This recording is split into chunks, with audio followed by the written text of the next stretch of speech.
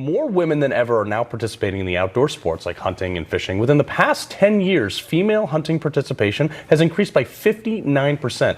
And one clothing company, they're taking note. Forloh, for the love of hunting, created a clothing line specifically for women.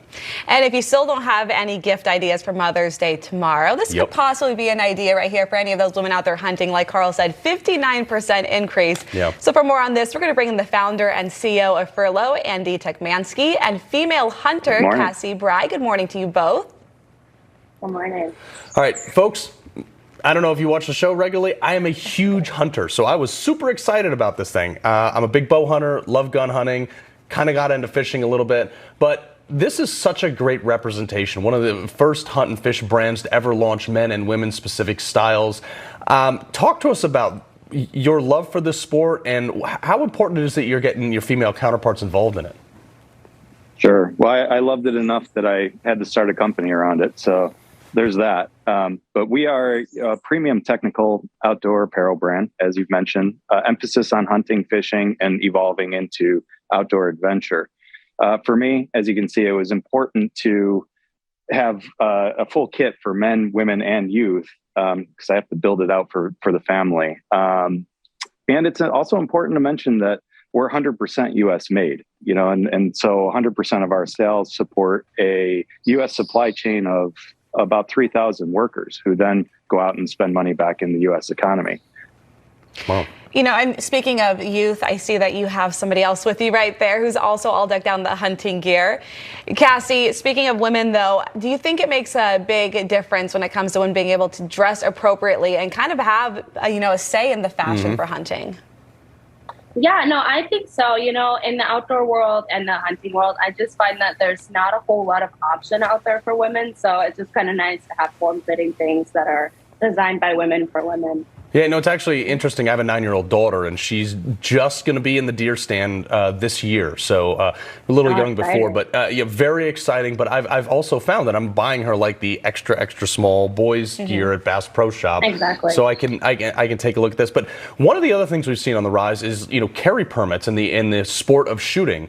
Women are getting permits in Connecticut, my home state, at almost 5-to-1 rate to men. How much of this have you seen in the hunting industry as well?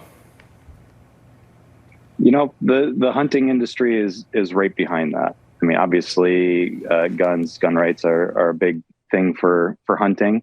And, playing the role of the conservationist and having static rights across all the states is important. We go hunting in a lot of different states to be able to carry our guns in those areas legally, is a right and something that supports the sport. Yeah.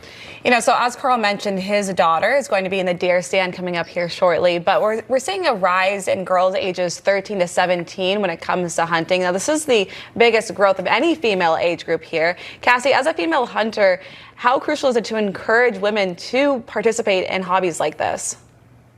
Oh, I think it's extremely important, to teach young girls these fundamentals and something that sticks with you throughout your life, for sure. Yeah. Well, it's also important too.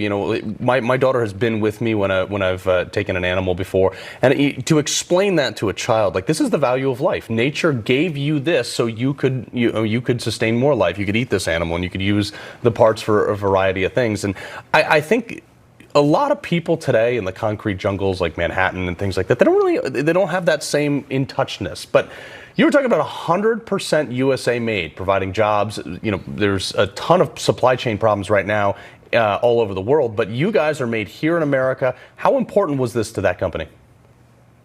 We didn't know it getting into it that COVID was going to come, right? So being 100% made in the U.S., having factories that are only 2-3 hours away, we can drive to a lot of them. We never had to shut down. In fact, we actually supported the recovery effort by switching gears and making medical isolation gowns, over 5 million of them at the peak of the pandemic. So, it kept the lights on, it kept people working, and our stuff isn't stuck on a shipping container somewhere. That's nice. Yeah, I mean, that's a perk right there. And one of the things I want to point out is this is such a unique sport for women to get involved with. You know, there's dance, there's softball, soccer, all these typical things. This isn't something I think most women typically think of. So, Amanda, we're going to get her on the tree stand. We will. Carl's been pushing for it, so I'll have to check you guys out as well. Andy and Cassie, thank you so much for joining us. Thank you. Thank you.